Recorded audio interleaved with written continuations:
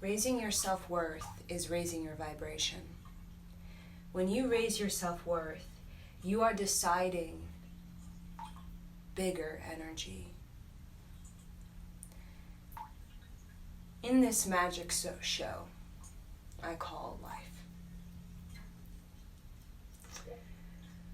we are presented limitations, restrictions, and depending on the environment in which we were raised in, we take on those patterns in the mind and we settle into it. Okay, we get nice and comfy. When I see settling, I see it as getting nice and comfy and cozy in your self-worth. But as we raise our self-worth, we raise our vibration and we invite in bigger energy. Now, when we are inviting in bigger energy, yes, the risk is higher. Just like any great invention or innovation or creative pursuit. The bigger the energy, the more risk, the more uncomfortable we are. So settling can be very much similar to dwelling. Right? A dwelling is it's a comfy, cozy home which we reside in.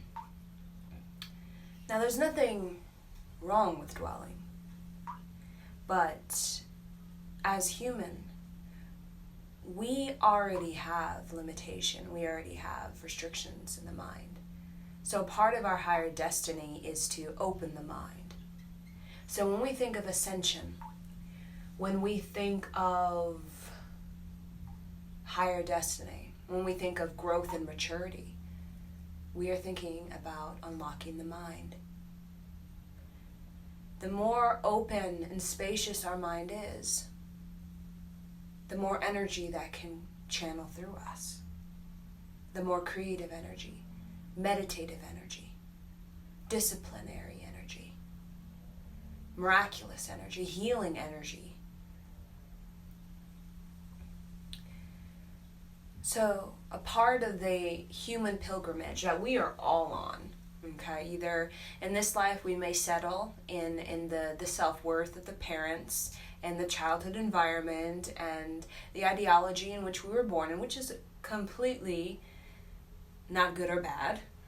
It is a part of experience on this journey.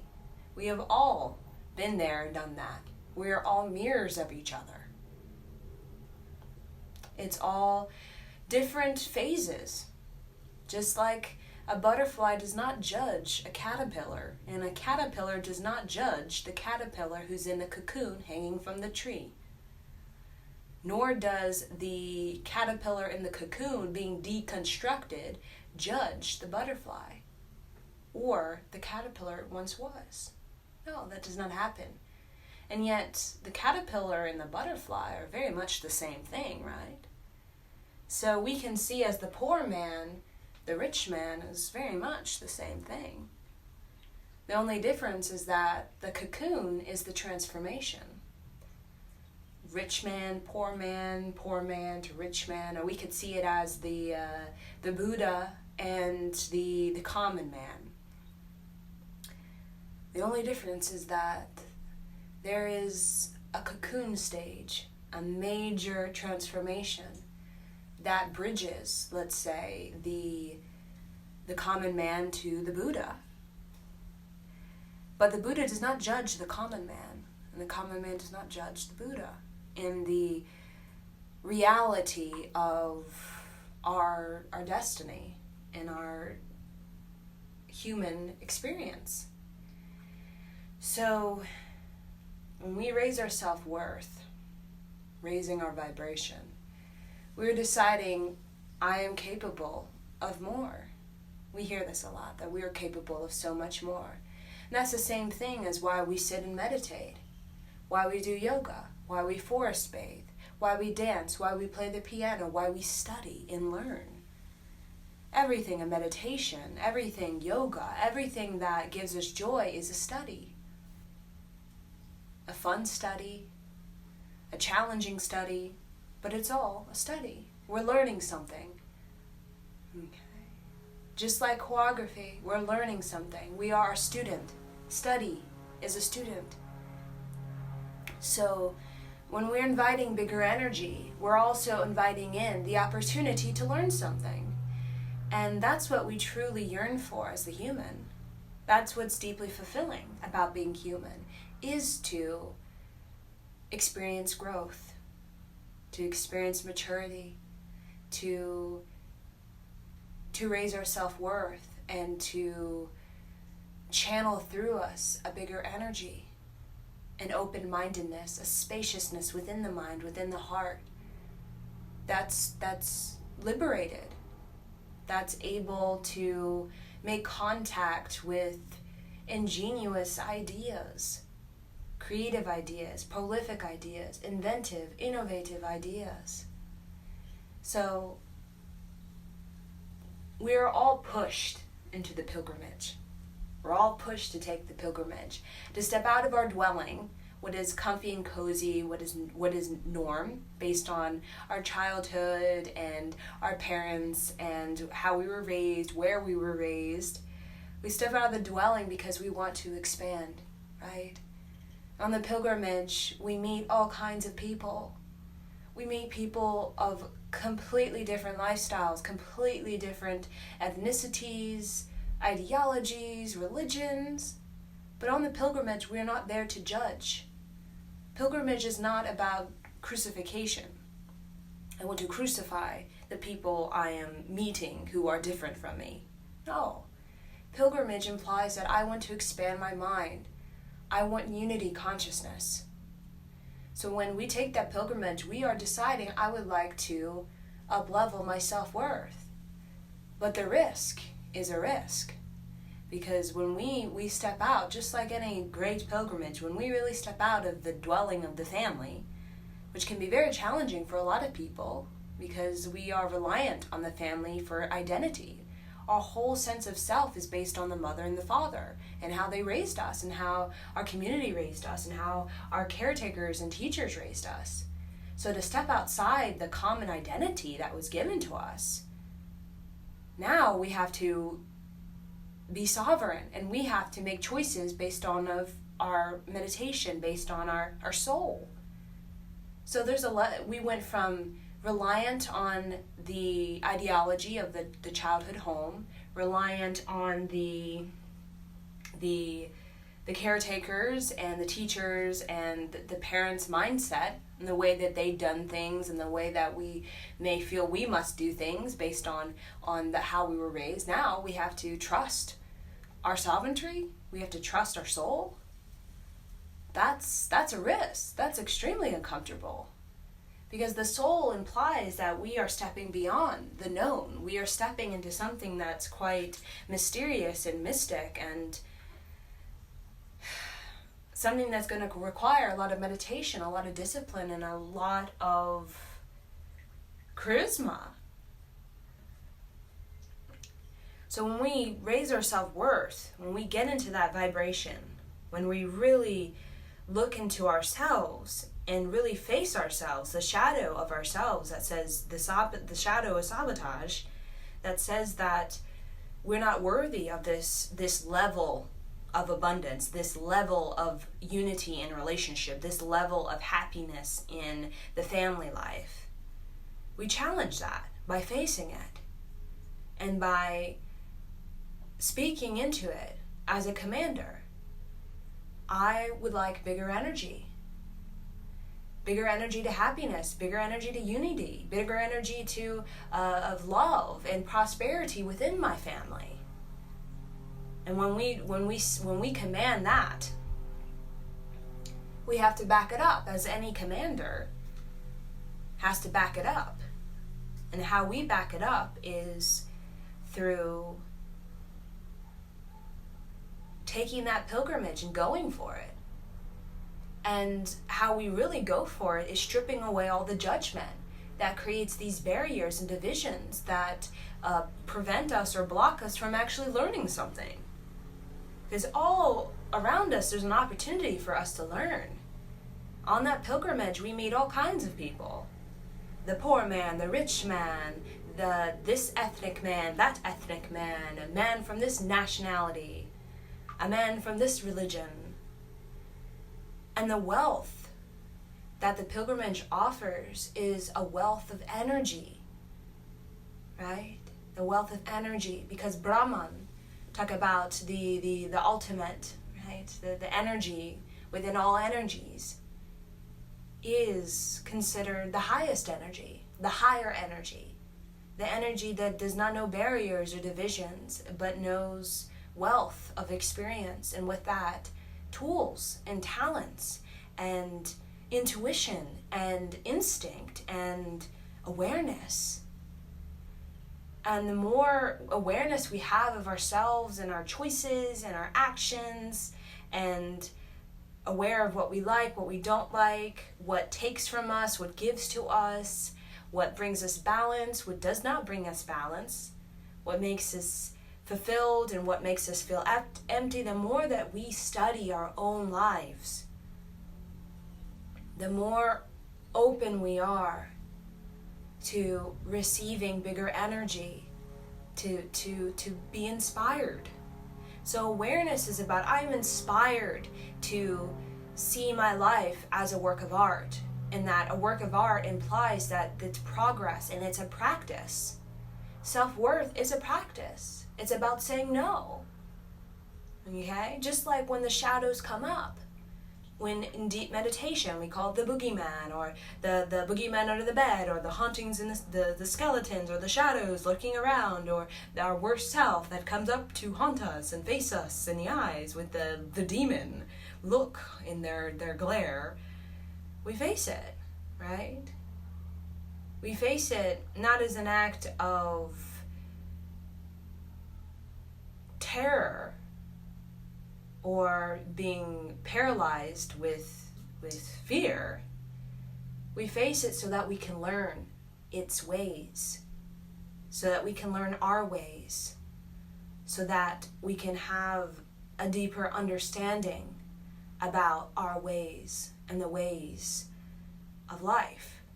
Because the ways that we are, okay, those little shadows and demons and entities, are very much the ways of many people on this planet. So the more that we take that pilgrimage and we face the things that are going to come up, the greater the strength we have, right? And we say no. Right? No to the sabotage voice, no to the temptation, no to the festering in our thoughts of why we're not good enough. When we say no, that's when we say yes to a higher vibration. Because when we are comfy and cozy, the limitation doesn't want to be broken. The subconscious, it wants to grip on to the comfy and cozy, to keep itself safe. And the subconscious is all about keeping us safe. So we have to constantly remind our subconscious that I am safe. I got this. Trust me. And the more you meditate upon that, I got this. Trust me, subconscious. I know what I'm doing. I know how to expand myself beyond the comfy and cozy, the known territories, because I want bigger energy. And the more that your subconscious believes you, because you've actually have the follow through, right? You're the commander that actually follows through. The more your vibration raises, the more learning experiences you attract that test you, that even challenge you, that reform you, that even destroy parts of you. The more fulfilled you become in the way that you start to sense, feel, and know the infinity, the capability of who you are. And that's why we step out of the dwelling. That's why we don't want to settle. And that's why settling is so unfulfilling. Because as humans, we always picture angels with wings. Because for us, in this human experience, we want to soar. We want to fly, right? And an angel with wings just simply represents a force to be reckoned with. And that's what angels are. They're a force to be reckoned with. They have a power behind their voice, a power behind their presence, a power behind their knowledge. So we could talk about angels as the ascension of human. We call earth angels the bodhisattva that came to earth to help facilitate the pilgrimage for many people on this planet, to give them enough grit, to give them enough energy to make it all the way through the pilgrimage of life, either it's 1, 5, 10 incarnations. To be a voice of reason when there is none. That's an earth angel. To be a voice of reason where there is none for miles and miles. And that voice of reason we gain not through the settling, right? In the family and in what we are used to and what we're taught and what we're trained to believe, and all of our belief systems. We call it the BS, the belief systems, the BS of all our barriers and divisions and confusions and lack of openness to actually to participate in conversation and dialogue with people who are different from us. Ethnicity, nationality, religion, ideology, without getting tight and frustrated or agitated by the indifference of our lives.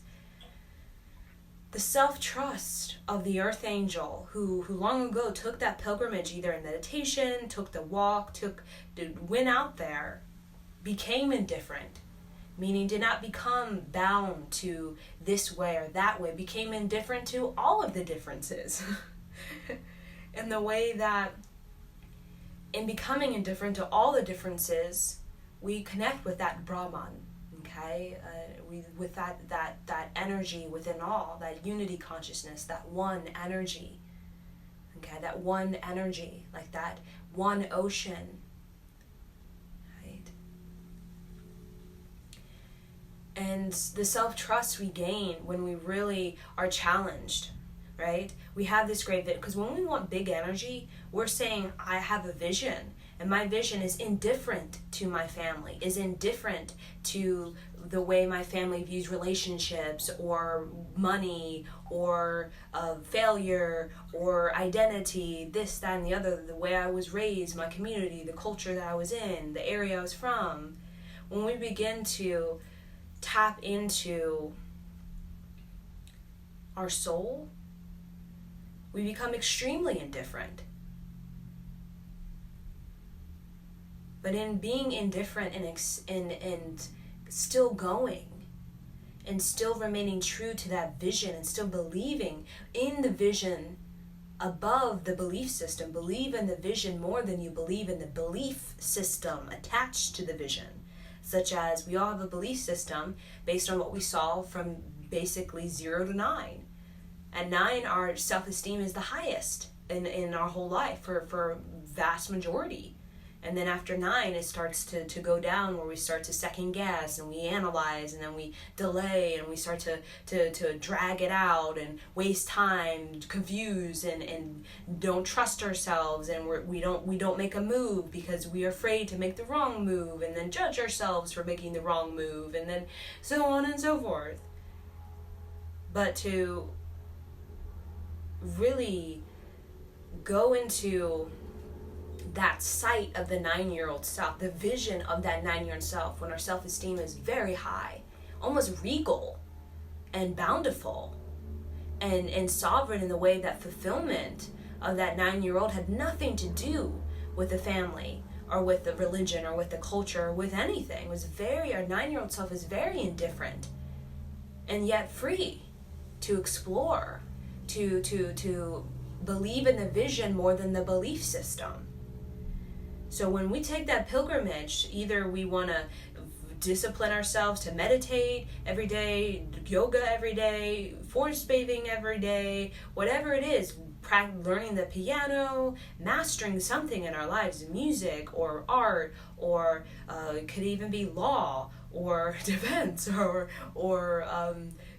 gardening or building a house, whatever it is. Again, it's all unified. All of it is bringing us back to the same ocean of self-trust, right? We trust ourselves. I got this. Trust me. If I don't make it correct, then I'll find a way. That's self-trust. I'll find a way. And that is when we believe in the vision more than the belief system. We tell ourselves, I will find a way. Meaning, you may have no clue how to play the piano, but the self-trust, I will find a way, is believing in the vision more than the belief system. Because the belief system of your subconscious, if you never played the piano in this life, no one in your family plays the piano, you never even heard piano music in your whole life, you don't have any past incarnations of playing the piano or even hearing the piano, or even knowing the piano, your subconscious belief system is going to tell you to feel safe, because it wants to keep you safe, that you should not play the piano because it's going to make you unsafe, right? The subconscious, what is unsafe is what is uncomfortable. So when you, that 9-year-old self, either you're 45, 85, and you connect with that 9-year-old self, the highest self-esteem for vast majority, and you really say, no, belief system, no, I want bigger energy, and I feel called by my soul, which I trust. I feel called to learn the piano. I don't know why, but I got to do it, and I'll find a way. And when you really stick with it, like the commander who sticks with it, that's why he's she's the commander, because the commander trusts his or herself. Commander is a very high-ranking position. It is not for the common, the person who does not trust themselves, who does not have experience, who has not gone through the pilgrimage and came out knowledgeable with all this richness of contact with all these different people and their experiences and learning from all these walks of life. So when you believe in your vision, you become that commander, and with that commander, and when you actually back it up, I got this, you can trust me, subconscious, I'm going to practice, I'm going to go through the process, I'm going to find a way and continue to go down the way. What happens is you get into that cocoon. You transform. It's a little shaky. That process of the caterpillar becoming the butterfly is brutal. Everything, it becomes goo. Its whole identity is goo, right? The whole caterpillar in the cocoon is goo. There's nothing. It's nothing, right? It's in the state of nothingness. It's not a caterpillar. It's not a butterfly. It's just a bunch of goo. It basically seems dead. It's completely deconstructed. Everything about its identity of the caterpillar, when it just, on the ground, is completely destroyed. But that destruction is for the butterfly to emerge. And we all know about the metamorphosis of spiritual growth in this human incarnation, multiple incarnations. But how we go through it without the pain of the suffering of judging and judging ourselves and judging the process is self-trust. The caterpillar in that goo state does not know anything but this is natural process. This is natural law. And just like human, we're not to settle or to dwell, because natural law does not want that. Natural law is about growth and development. If there was no such natural law, we would not have trees or the bees, or we would not even have flowers or growth in our planet. If natural law was, you get uncomfortable, then you just die and you cop out and you just go back. No, a flower in its process of sprouting does not go back into a seed, it pushes on. Even when the rain is heavy, even when the storm is heavy, it pushes on. Even if it doesn't make it that go around, the storm's too heavy, it's too brittle, too fragile, and its newborn state, it will find a way. It will grow again, just at a different time, right? This is natural law. Okay, even with the foxes, it's natural law for the foxes, young ones, to learn to grow from the mother, the father, the group, and then become a mother or become a father. It's natural law for the student to learn something and to learn it very well, right? That's how we, as all species on this planet, when we learn it very well, we have so much self-trust. And the person who has the being, okay, in a pack of wolves that has the most self-trust is considered the patriarch. The matriarch considered the leader, the alpha, the omega. Talk about the king or the queen of our human species, right? And the queen and the king is the person who took the pilgrimage and took it many times, right? And went through what many people feared, through the process of finding a way. You know, when there is no voice of reason for miles and miles, and everybody is saying we're all gonna die, and everybody's saying the same thing, and they're saying the earth is too far gone, people are too far gone. You find a way to get that voice of reason, to get that commander, to challenge that subconscious belief system that usually comes from the external reality of our environment as a child, okay, what our mother and father believed about themselves and their identity based on their father and their mother and so on and so forth. When we really challenge that subconscious model, we become the alpha, we become the omega, the patriarch, the matriarch, the king, the queen, right? That's what we call the knowledge is able to hold these big energies on planet Earth. So a king and a queen that has no self-trust, they will not hold the empire together. It will fall within 30 years, right? But the king and the queen that has an ability through their pilgrimage and maybe multiple incarnations of trusting themselves, being crushed by like goo, being crushed into goo by the weight of transformation, the pressure of transformation, but come out still with belief in their vision, not coming out, that was the suffering of the suffering. I hate myself because I had to go through that, right? I had to go through the goo. I didn't want to do that. I hate myself. But to actually come out of it and have learned something about natural law and actually grown and matured and got stronger because of that process, usually that becomes the king and the queen that has enough contact with life, meaning contact with different people and religion, ethnicity, philosophy, moral ethics, all kinds of indifferences, right, to life, usually are the one that are able to keep that sort of running, keep that big energy continuing on past their incarnation into many, many incarnations. That what we call lineage. Call it a lineage, right?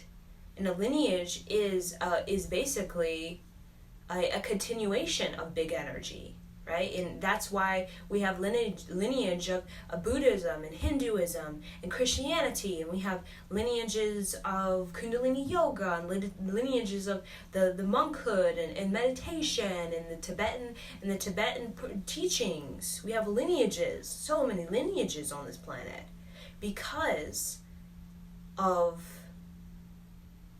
the individuals who believed in the vision. Before they believed in the belief system, they believed in the vision. They trained other people around them. They became a voice of reason. They showed up, they did the work, and they actually revealed a voice of reason. And that voice of reason expanded people's minds. It opened up creative possibility, and people were able to build based on that. Such as the voice of reason could be resolving a conflict or solving an issue, right? The voice of reason can be the discovery of irrigation, architecture, with roadways and bridges, right? Aqueducts, bringing water from mountain to the cities. These are all a part of a lineage of people who believed in the vision before they believed in the belief system, such as belief system long ago, before there was planes, is that there's no way that people are going to be flying in the sky. I mean, there's no way. The subconscious was safe with that conclusion. But when somebody challenged it, they said, no, we're going to get people into the sky. Watch us do it.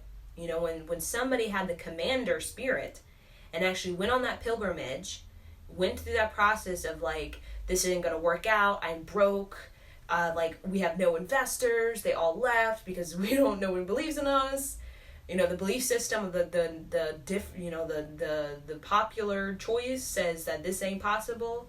But when you keep believing in that vision, refining it, getting strategic, getting high vibe with it, getting self-trusting and confident, like that 9-year-old self who's extremely confident about what they want to do in life, right? Even if they have no clue. They're very confident in just who they are as their own person. We take that on and we actually become a voice of reason. We become this expansion for humankind. Now we have a whole lineage of airplanes everywhere on planet Earth, right? We have planes everywhere because of those individuals who believed in the vision. And they when the pilgrimage got rough and tough, and the risk was way too high, and it would seem like it was like goo, and the goo was never turning into anything. It was just goo for years, months, years, decades, who knows, right? But they kept believing in the vision before the belief system.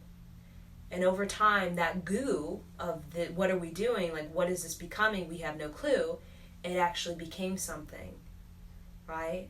It became, because natural law is about out of nothing came something, right? So that can be out of nothing came destruction, out of nothing came creation, but out of nothing there can be something. And that's why in these lineages of, let's say, Kundalini Yoga, we have mantras that are basically about out of nothing can be something. So if there is, it appears to be, your vision seems to be challenging the belief system, right? Or your subconscious safety. It's safe for me to go in this path because my mom and dad or the environment in which I was raised in told me to go in that way. But I decide, what, I would like to up-level my self-worth. I want a higher self-worth. I want to expand the self-worth of 7 generations, right? That's big energy. And when we go into it, we actually go into it. Really, we say to ourselves, I got this. I'll find a way. Or, trust me, right? We say that to ourselves, trust me. I trust me. And out of nothing came something. Because those individuals that found a way learned. They weren't just sitting around staring at I don't know what. They were learning. Either it's Newton learning how to contemplate and meditate to kind of resolve sort of problems in his head. Same thing. It's learning. Either concentration is learning, right? Discipline for your practice of yoga is learning, right? Learning, even studying more of what maybe you need more information, you need more education. It's learning something. Learning something is how we're able to actually find a way, right?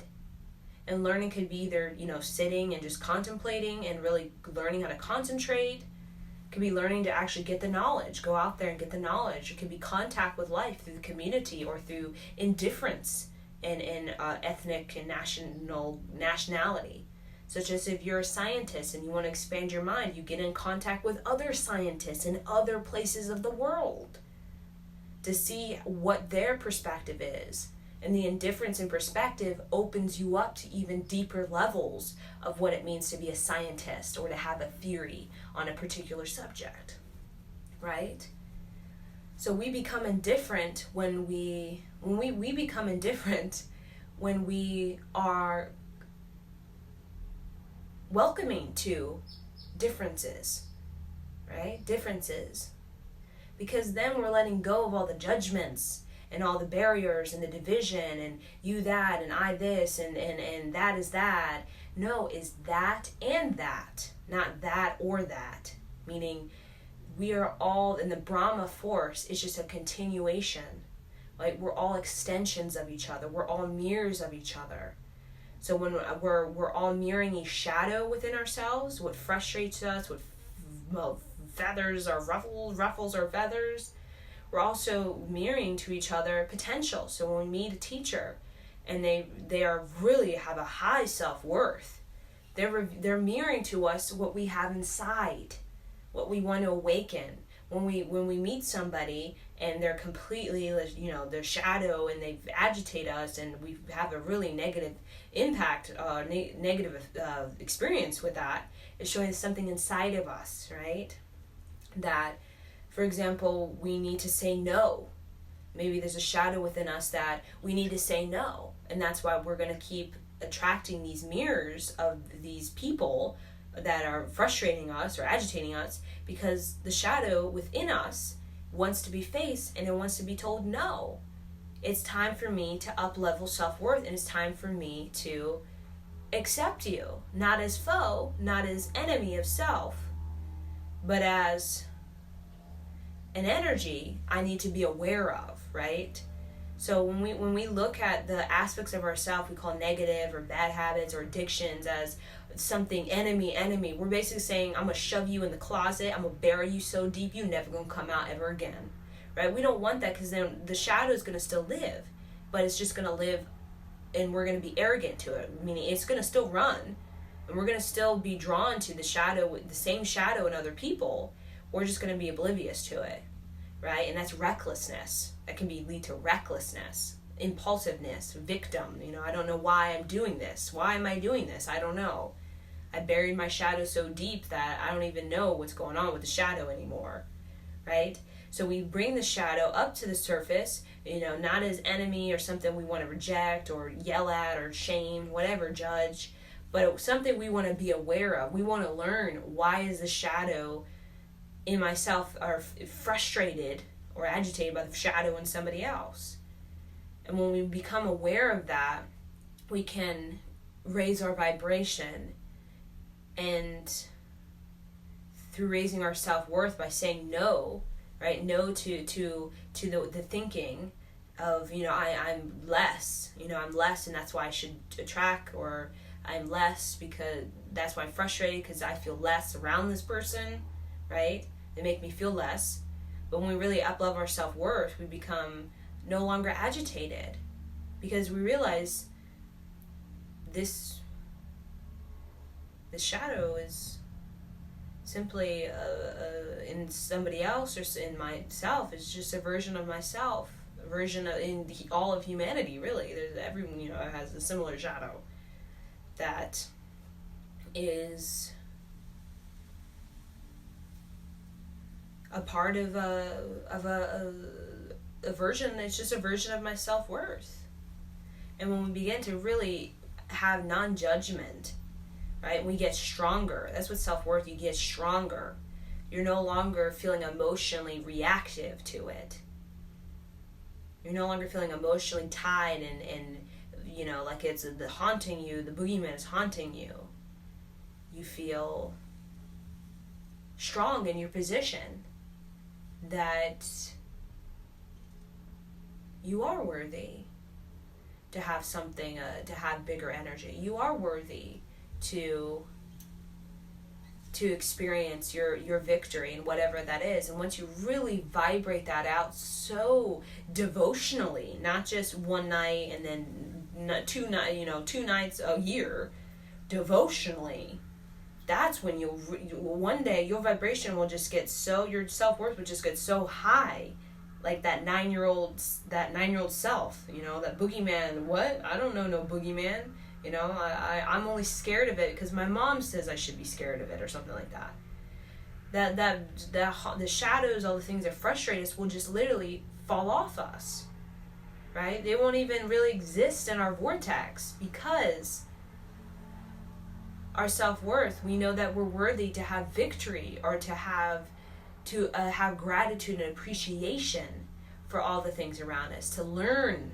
Like when we really learn from all the things around us, become aware that it's self is in other is in self, that there's an education within every interaction.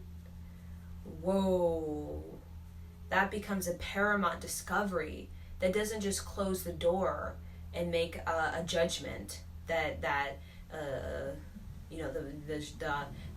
just don't like that person, right? Or just agitate me, an emotional reaction, and I'm just caught in this negative stuff. It becomes a voice that we listen to, because we need to listen to in order to really walk through it. Because growth is, you have to walk through it. Isn't the shot, just ignore and it will happen for you, right? The growth and development. A lot of times the caterpillar has to walk up the tree to get in the cocoon, right? So it's kind of, when we talk about the breakthrough in whatever addiction or habit, you have to go through it. You have to go through what we call rehabilitation, which is the same as the caterpillar in the cocoon. Brutal death, right? It's brutal to have to cold turkey and to have the shakes and have a lot of depression and even suicidal thoughts, and to really keep going and to have this self-trust that you're going to get through it. You're a bunch of goo and you feel like goo, you feel like crap, right? But you don't judge it like the caterpillar that's goo in the cocoon does not judge. You just go for it. I trust myself. I find a way to get through this. When you get through, you break through, right? To the other side, we call the caterpillar becoming the butterfly, right? So in every sort of lineage of yoga or meditation or philosophy, there's always, even in Zen, it's always a Zen practice or a more, disciplinary, practice that, that seems a little bit vigorous, because it's not so elusive and free-flowing. Both of the practices are about allowing yourself to go for it. Either the Zen, you're allowing yourself to just open up the mind and open up the universe in your own time with no force or pressure, right? And then other practices that are vigorous, where you basically being slapped by the guru, right? Being slapped to hold the position, screaming at you, right? You're basically allowing yourself to open up something within you, right? So it can be very subtle, and it can be really, big time, sort of, whoa. So pilgrimage, and anything that's sacred, pilgrimage, a journey, healing, mending, resolving, all of it is tied to sacredness, right? When we take interactions as something sacred rather than miscellaneous or random, or I wasn't supposed to meet that person, I wasn't supposed to get married to that person, why did I cross paths with this, that, and the other, right? When we see it as a sacredness of a conversation we're having with ourselves, right?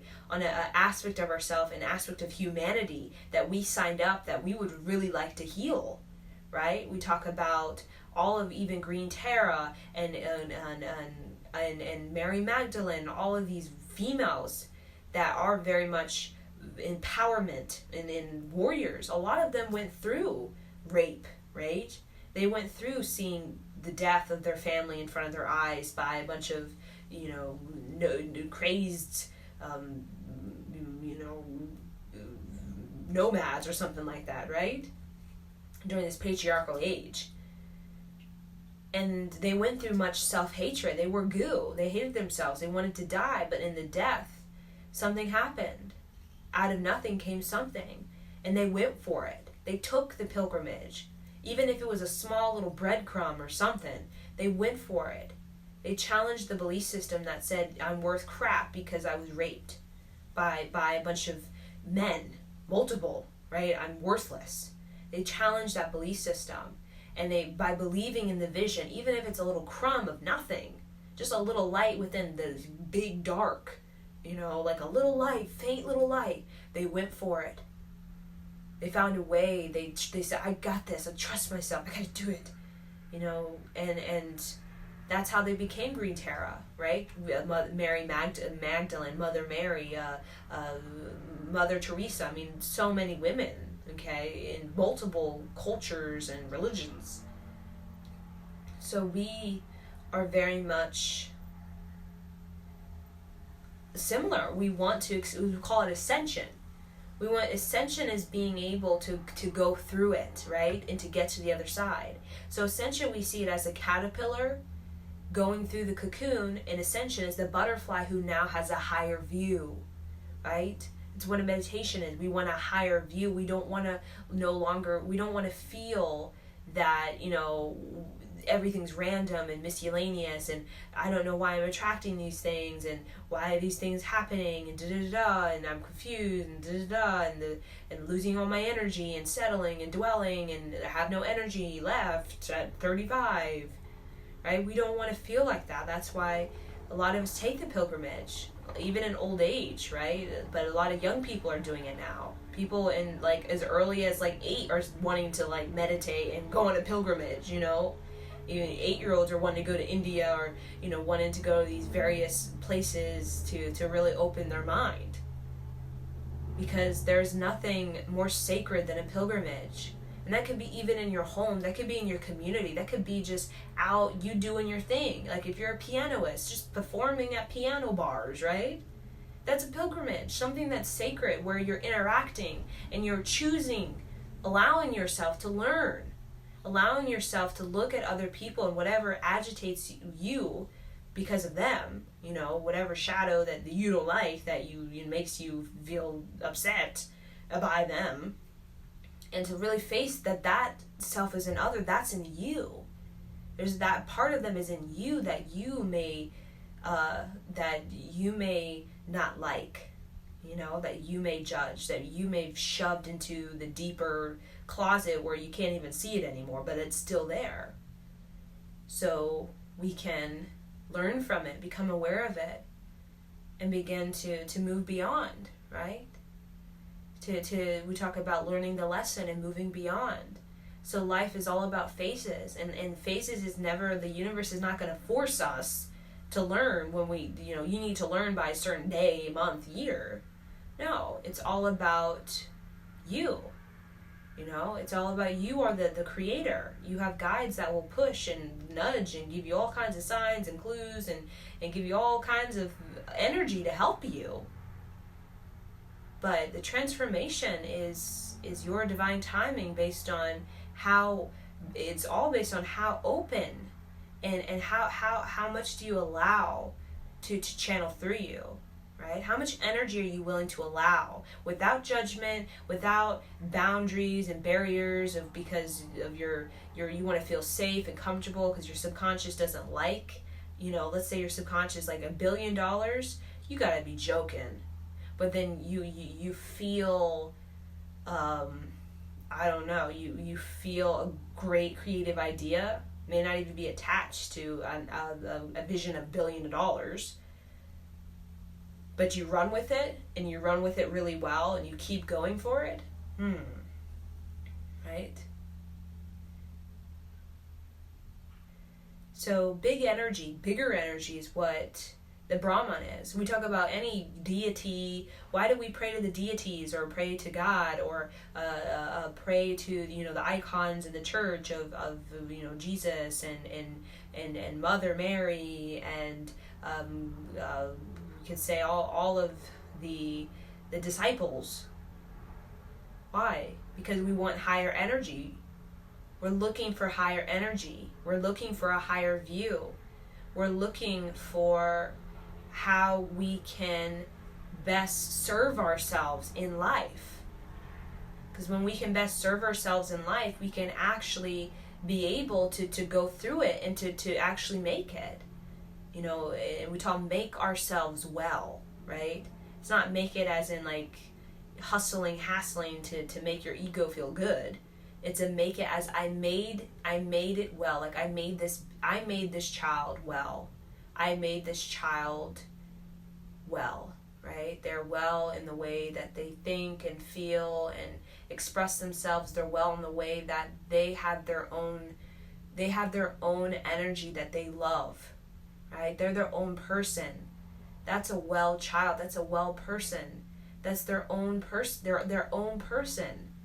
They're not the mom, the dad, the way they were raised. They're a person that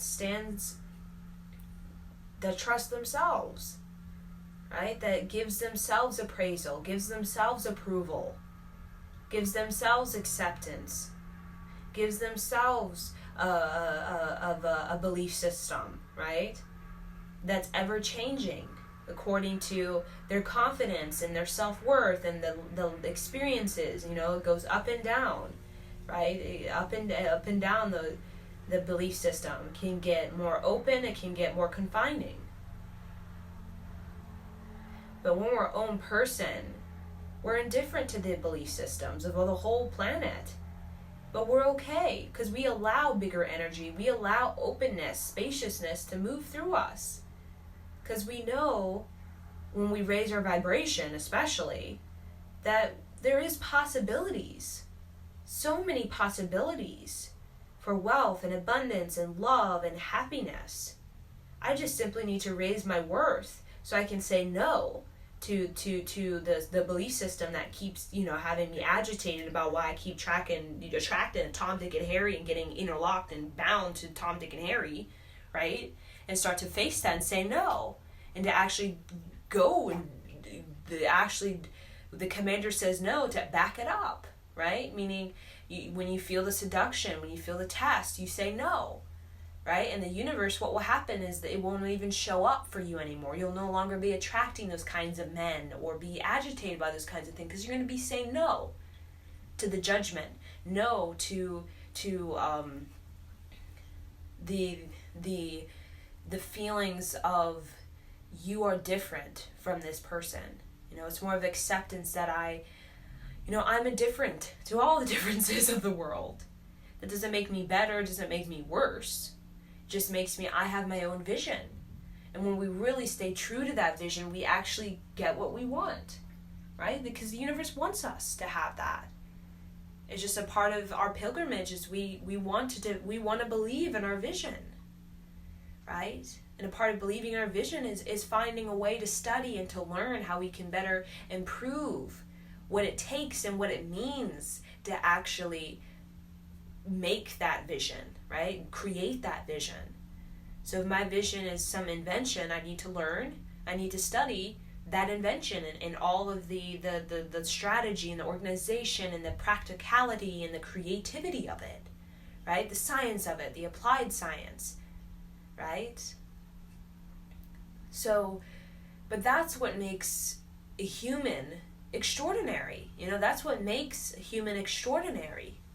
And the way that bigger energy we are become a big spirit, a big presence, right?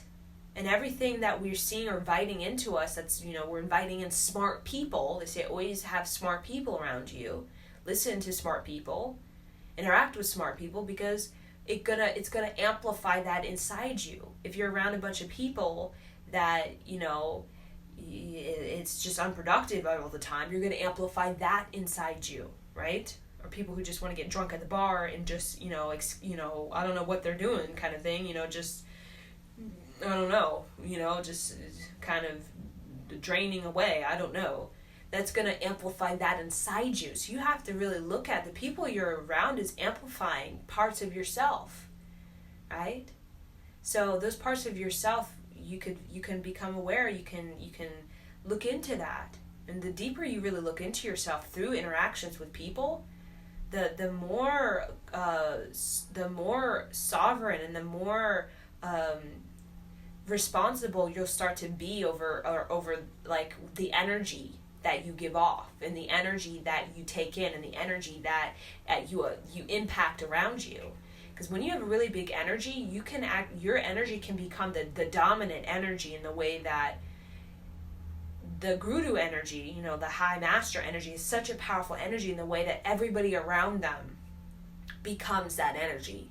Meaning all the shadows, the entities don't even match. They can't even compete compare to the energy of the guru or the high master, because the high master has such a unified, like a Brahman, such a unified energy, such an aware, spiritually powerful, authentic, and accepting vibration, non-judgmental, that prevails over the whole entire community of practitioners, right, of the study, that everybody, the guru amplifies it within everybody, right? Everybody, let's say, victory, or let's say knowledge, self-trust, the teachings of the mantras, okay, the teachings of the yoga, right? That's we call the master, that, that vibration that's able to amplify it within everybody.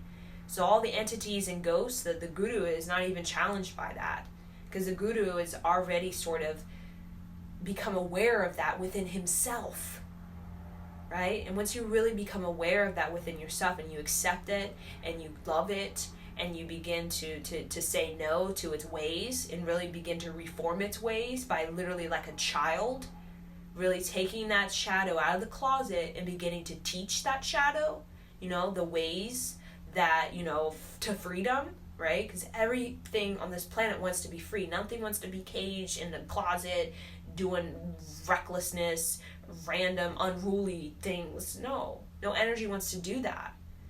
That's very boring. It's very stagnant. No energy wants to do that, right? It's just like, okay, I did that 1,000 years. Like, okay, that's really unfulfilling. Everything wants to have liberty. Everything wants to be set free.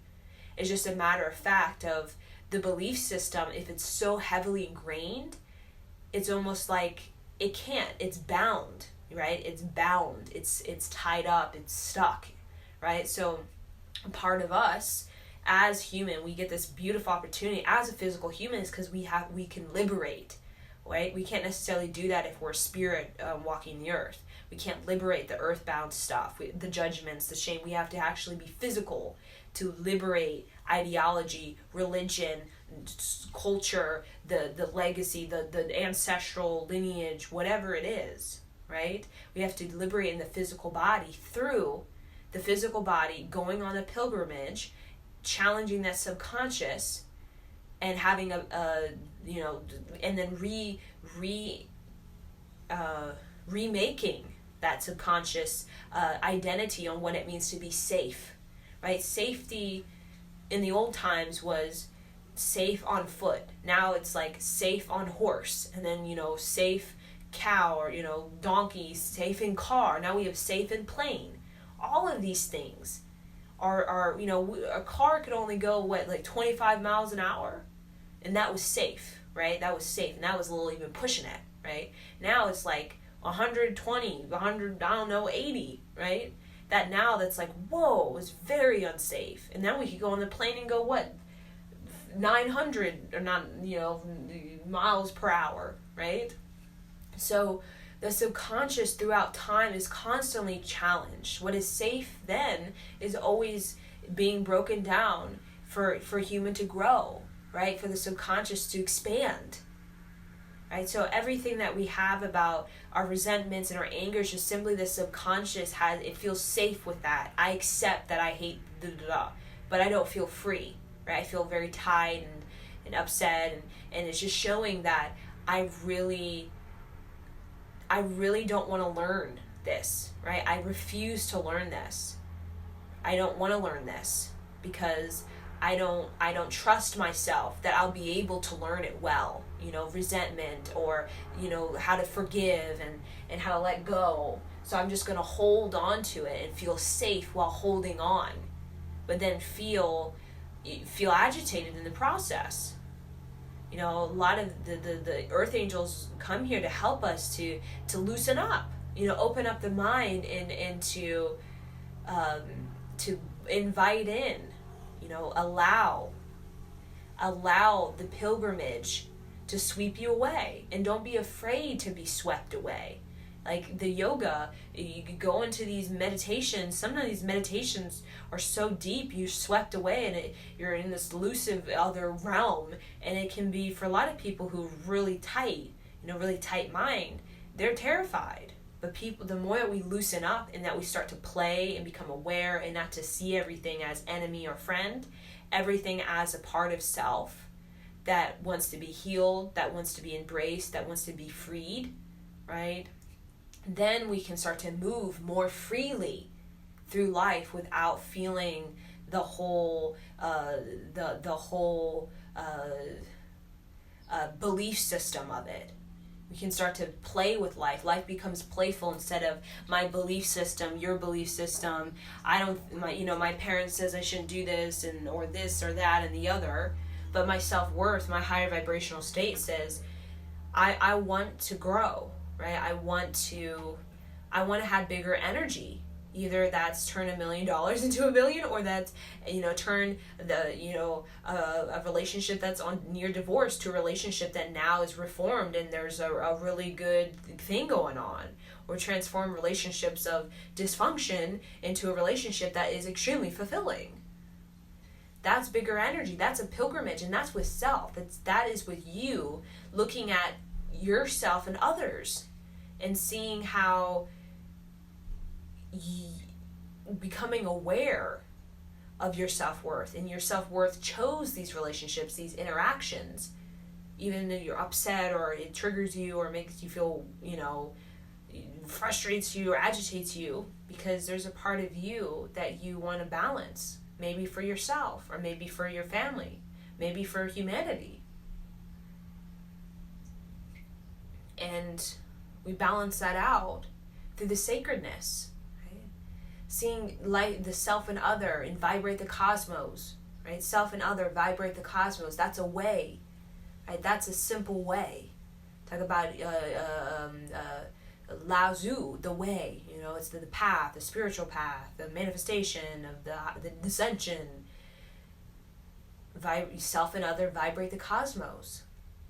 And that's when we get to really connect with that unity consciousness, that one consciousness, that Brahman. Right, we talk about it in the Aktanan, I think Adanaktan. Okay, this pharaoh was very much created this monotheism, this one sort of unified consciousness. That's how we really connect with that, when we begin to really connect and become aware of how our interactions, our mirror, all showing us what we're capable of, and what we fear, or what we are inside but we completely hate or reject or shame or dislike, or whatever you want to say it is. Then we can learn. And the moment we learn and the moment we study, that's when the universe opens and becomes available to us. The universe is not just available to the closed mind. It's not available to the closed mind. The person that can't see self and other, can't vibrate the cosmos because it's too stuck in a belief system.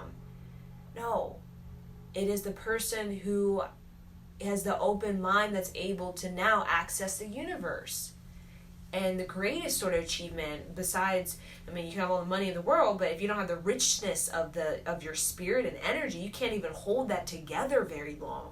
It will tap out within your life, right? And when we look at empires of the ancient world before the patriarchal age, this was like 1,000-year period of abundance for a whole legacy or a whole queenship. Okay, it wasn't just a life and then it tapped out because the next generation became bozos and didn't have the richness of intelligence or of spirit to actually hold it together. So when we talk about the wealth of the universe, is now having the richness of awareness with yourself, with other people. You can really take in, you learn, you study, you get very, very like a voice of reason, instinctual, intuitive. You share that to further generations. That's when we talk about the ancient matriarchal time, when we had a 500-year of a victorious legacy or empire, because the generations were open to the universe. They were trained to study and to learn. And that when we learn and we study we're moving beyond belief system. We're understanding that belief system is bound to time, right? time changes, belief system changes. The belief was there's no such thing as a car. Now there's a car. There's no such thing as going more than 45 miles an hour. Now we go 180 miles an hour, right? So it's about learning and studying. Believe in the vision, the vision of it is possible. Nothing comes something.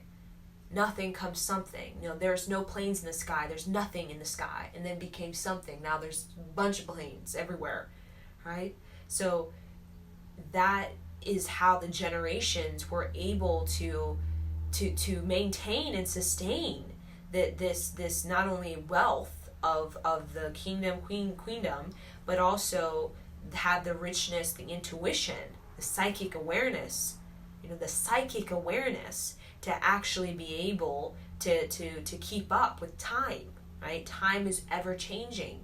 Intelligence is ever rising and falling. And to keep up, to be, Yogi Bhajan said, 3 to 9 seconds, 3 to 9 minutes, 3 to 9 hours, 3 to 9 days, 3 to 9 years ahead of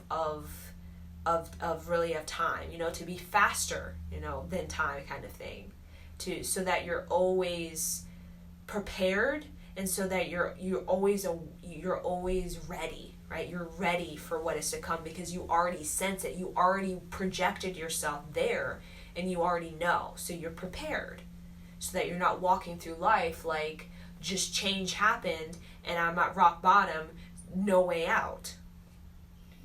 Right? And that's what we call seeing self and other and vibrating the cosmos. And that gives us an ability to really open doors within our self-worth, and to go into the current self-worth, to see how life will show us our self-worth, and to see how we are unfulfilled, and looking at that and seeing how we are believing that's what we are to have, whatever that thing is. And if it does not feed our soul, just say no, right? Just say no, and walk the way, walk a new way.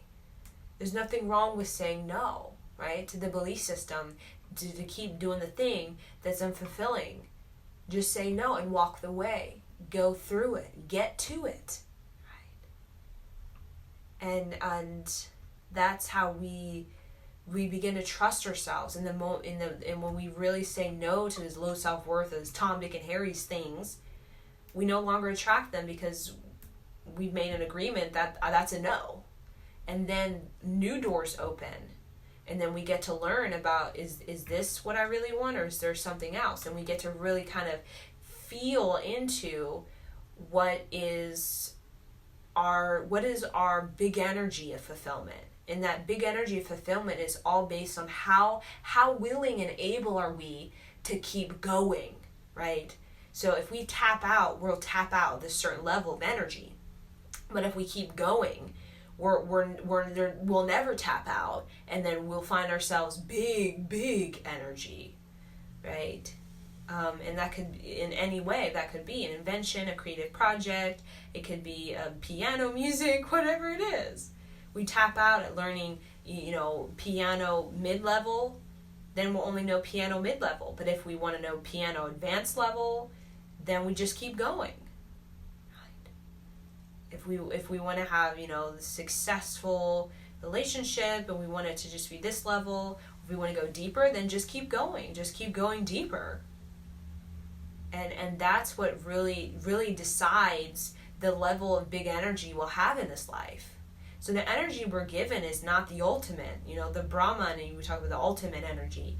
And that's available when we start to become aware of self and other and vibrate the cosmos. It's like the door to the universe is usually closed for most people because of the belief system, the parents, and whatever sort of shame and judgment and self-hate. But the door becomes open when we start to become more aware. We vibrate we self and other vibrate the cosmos. when we start to go for it, and we start to get out of the subconscious safety zone and start to really stretch our potential beyond, what comfy and cozy, the dwelling of a comfy cozy, right? We never say I can never be a ballerina, but we break it. We break that sort of link to that belief by going for it and finding a way and trusting ourselves and being a commander and following through as the commander follows through, and gaining the experience, the contact, the knowledge the commander needs to actually be a commander, to be the voice of reason where there is none, where there is no hope, where there's no faith, where there's just decay and destruction, demise and self-hate and all this trauma. Commander must be the voice of reason when those things come up, in order to take the enemy of self, the enemy of other, which is the self, and to actually become aware of its ways, to learn its ways, to be able to predict its ways, to triumph over the ways, right? The ways of the enemy of self. So this is the download that wants to come through for this particular, I could say this new full moon Aries. So I feel like that is the main transmission